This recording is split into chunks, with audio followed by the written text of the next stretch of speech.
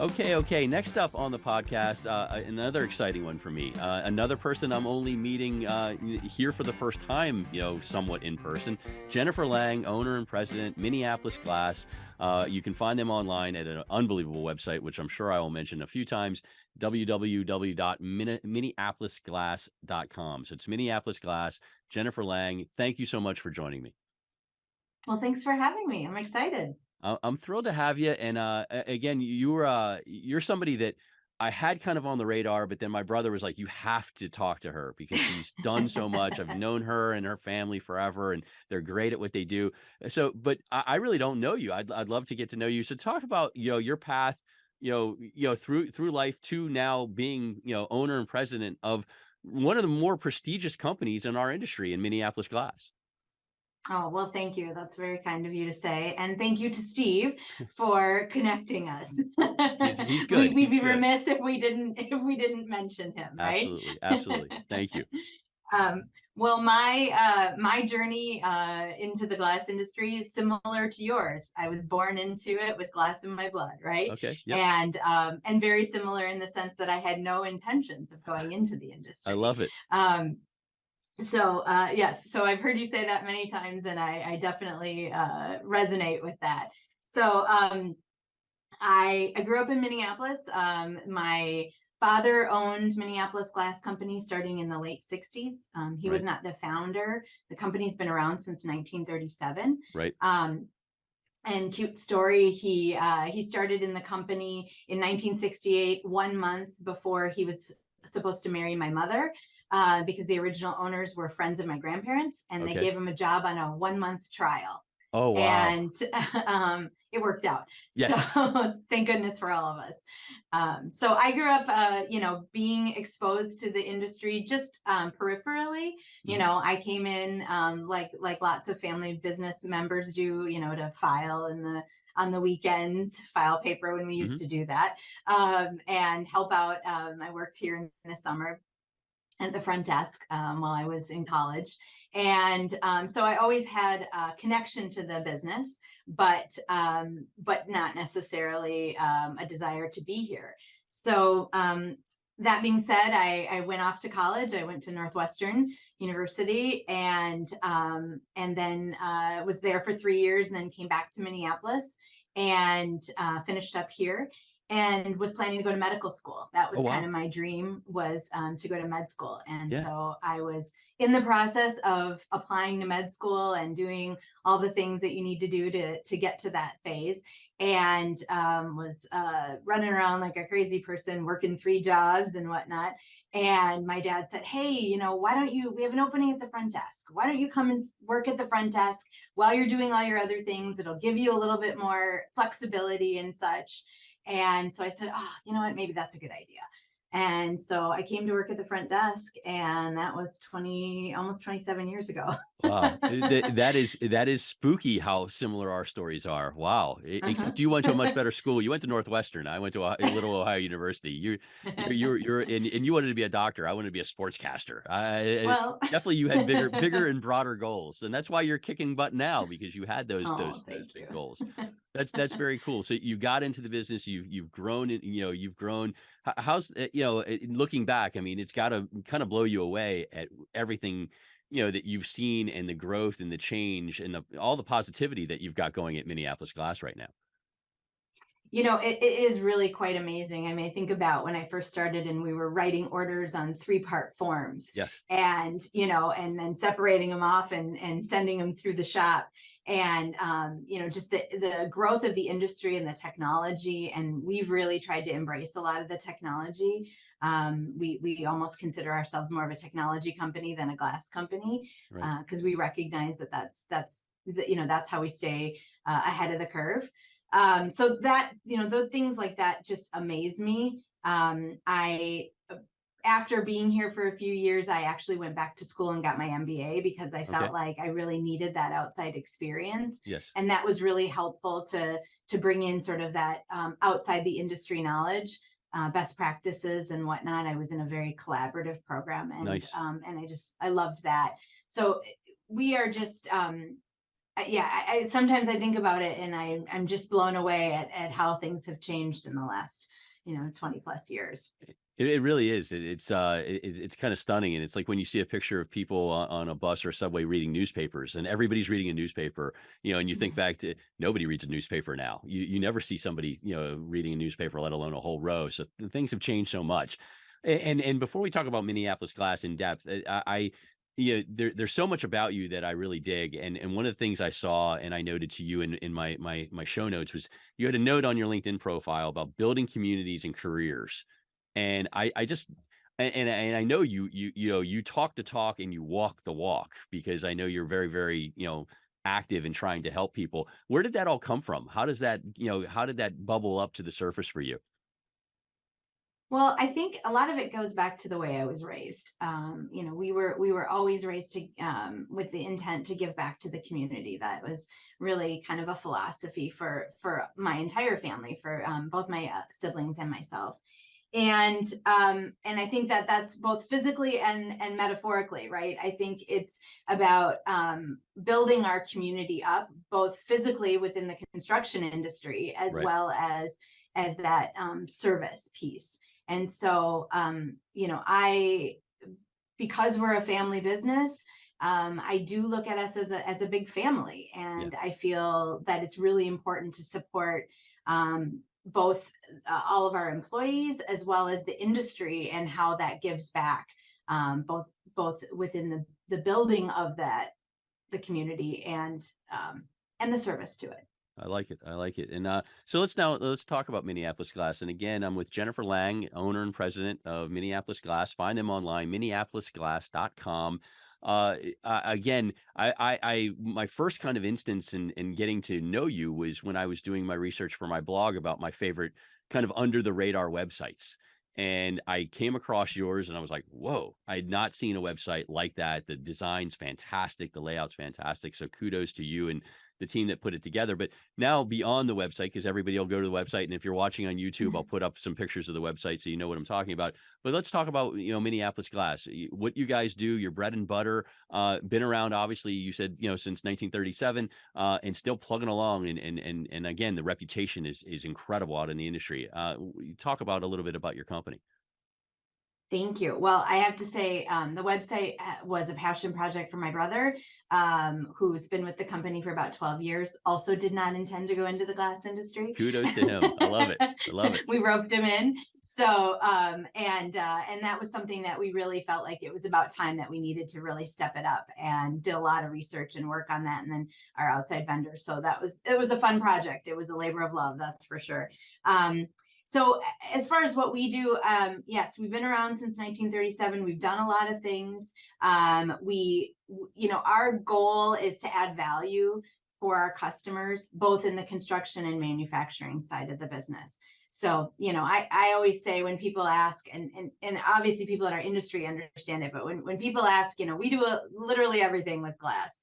And it's customized solutions. We're really trying to look at each project, value engineer it if necessary, really get in and understand, what are there tight tolerances that are needed, what exactly is the going to add the most value for the customer, what is it that is going to make them successful.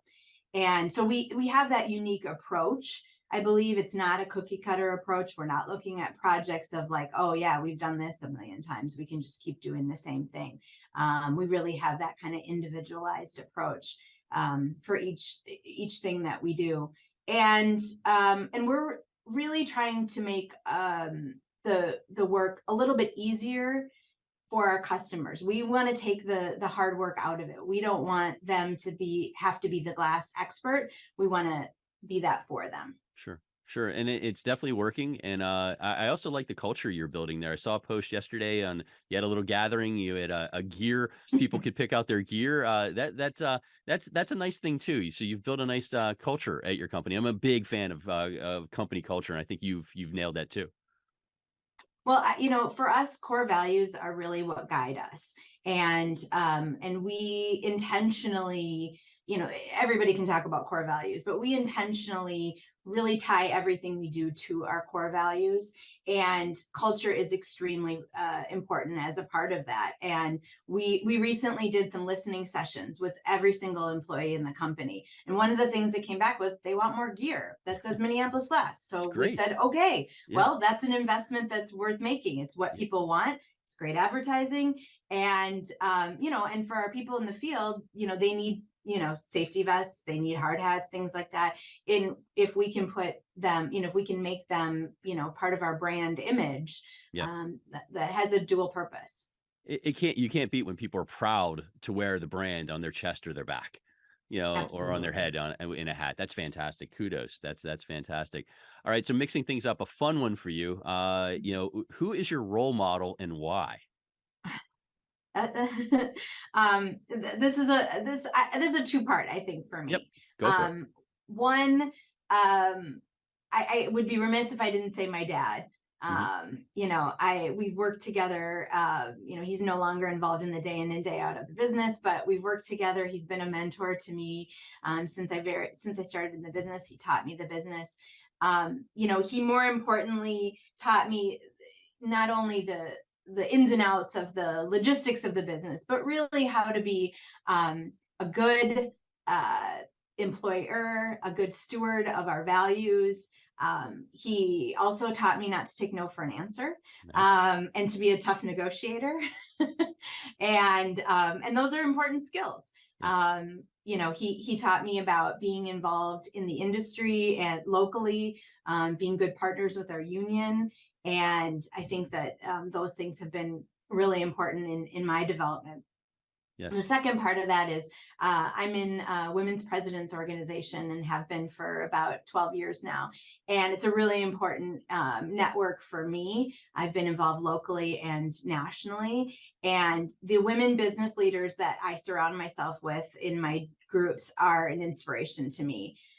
They teach me things every day about how to be strong and tenacious, and yet and be compassionate as a leader, and I'm grateful to all of them as well. I love it. I love it. And obviously, you've been so swamped, but we had the women in glass and fenestration gathering and networking session at Glass Build. It's something that we are trying to grow as an industry, and I love that you're involved in it from your side with the presidents, and you're also mentoring other great female leaders in our industry along the way. And so, kudos. Great answer. Great answer. Fantastic. Thank you. Thank you. I'm actually really sad that I wasn't able to be at Glass Build this year for that event specifically. I have terrible FOMO, and and so I actually had a women's presidents conference Yes. in Napa. So that won out over Glass Build in Vegas. I I I But I think that was probably the right call. Napa and that, yeah, you probably made the right call for sure. And we're gonna have more. We're gonna have I think we're great. just scratching the surface with this effort. Folks at NGA like Melanie Detmer and Alicia Smith are doing a great job of building this community up, and it's definitely not a one-off. So there'll be many opportunities, and it'll be great to have you there. So for sure. Great. Yes, I'd love to be involved.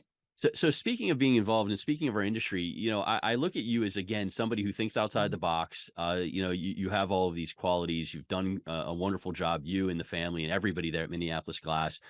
What can we do as an industry to get better? What are the things that you've kind of put your fingers on, that we should be working on to get better as an industry? Well, I think first and foremost, it's getting kids excited about being in the trade. We've all struggled with employment issues. I think we've done somewhat of a disservice as a society about telling kids that every kid that has to go to college. Right. I know that in my own family that that's not necessarily the route for everybody. Right. And trades are a fantastic way to be involved in a great industry, securing a fantastic living wage with wonderful benefits, and then again giving back to the community and being able to see what you do physically every day Yeah. is very, very rewarding. And I think we need to do a better job getting people excited about the trades. Um, And secondarily, I think we need to professionalize the industry. I think, especially the construction side of it. I think, it's always easy to say, oh, well, we've always done it this way. Yep. And to me, that just doesn't work. We always need to be striving to get better and better. No, no doubt, no doubt. And the point about trades is huge. Jody Martinez, who's a great leader from All Star Glass in Spokane, Washington, helps sponsor a trades night out there, which again I think helps push that issue. And you're right. There's been that stigma of college, college, college, and we've got to get beyond that. And now more specifically to you, because I know that again, being involved in the president's organization that you're in, you know, a young lady in high school, college, looking at the trades or looking at the glass industry, what sort of advice would you give them? Because again, that is still a bit of a challenge. That's why we have things like the Women in Glass and Fenestration thing at Glass Build to try to, get people to open up a little bit. But what advice do you have somebody who is either looking at it or just starting out in this trade? Well, I think, again, I think it's a great opportunity. I think there's a career trajectory there that is fantastic. I think, we've really struggled here locally to get more women and girls involved and I'm always a huge proponent of that and of, speaking to people and trying to get them excited about it. I think I think it's a little bit daunting. And so I would tell somebody that, to give it a try. And there's a great path to both build your skills, as I said before, to earn a great wage with wonderful benefits. Our local training center here has an ability to, while you're going through your apprenticeship program, to also earn college credits. And Huge. so Yeah. there's a dual degree program there where you can get an associate's and even a bachelor's if you take a few extra classes. And so I think there's a great opportunity to really write your own ticket in the industry. And I would say, just give it a shot. Absolutely. No, dead on, dead on. Well, I know you're busy, and I got one more question for you, but I'm with Jennifer Lang, owner and president, Minneapolis Glass. Check them out online, minneapolisglass.com. So the big thing I think, one of the things you missed at Glass Build was the talk of 2023. Everybody's feeling good about 2023, despite kind of, that overlaying kind of fog that's kind of landing on us a little bit of worry, with possible recession and so on. But it was like, hey, I think 2023 is going to be fine. 2024 might be a different story, sort of thing. How are you looking at 2023 and beyond for both, you and the company? How's it all looking for you guys? Well, I'm actually glad I didn't hear the gloom and doom from ITR. That always makes me very nervous. Yeah, the 2030 gloom and doom from him is frightening. That's all I can say. When he brings up, and I asked him, I'll let you finish in a second. I asked him, he brought up again 2030 is very, very scary. And I said, has that moved at all? Are you still looking at 2030 or is it 2031 now or 2032? And he said, nope, still 2030. But go ahead. I'm sorry. So we got a few years left. Yes. Yes. Um, well, 2022 has been a good year for us. Great. Obviously, there's been a lot of struggles in the industry, supply chain and labor, all the things you keep hearing from everybody. We are optimistic about 2023. I think, as you said, we concur that I think there is going to be challenges going further, but I think we've got a little bit, at least here in the Midwest too. It takes a while sometimes for things to hit us.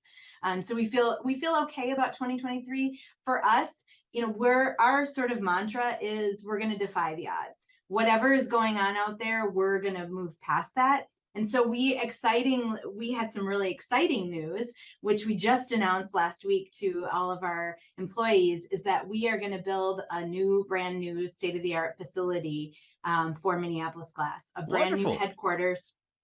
Yeah, we are in 2 buildings today, and we're going to consolidate under one larger facility and be able to design it ourselves and set ourselves up for success for the future. So we're investing and we're planning to grow, regardless of what the experts are saying. My gosh, congratulations. That's exciting news. I got chills on that little announcement. Very Thank you. nice. That's exciting. So Thank a you. new headquarters and I can only imagine being like you're saying a technology company. I can only imagine the bells and whistles that are going to go into that place because you're going to take full advantage of your knowledge base on both glass and other things. Fantastic.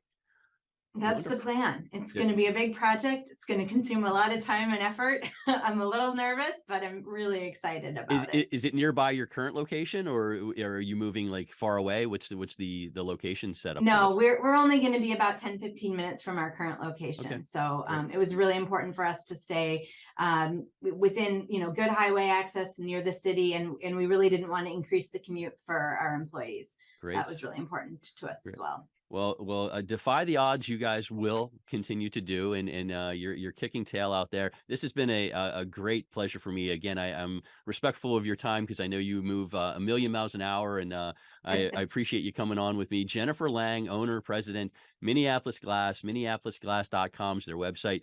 Thank you so much. I look forward to seeing you in person at one of these shows and getting to meet you formally, finally in person one of these days. Absolutely. This was fantastic, Max. I really, really appreciate the offer.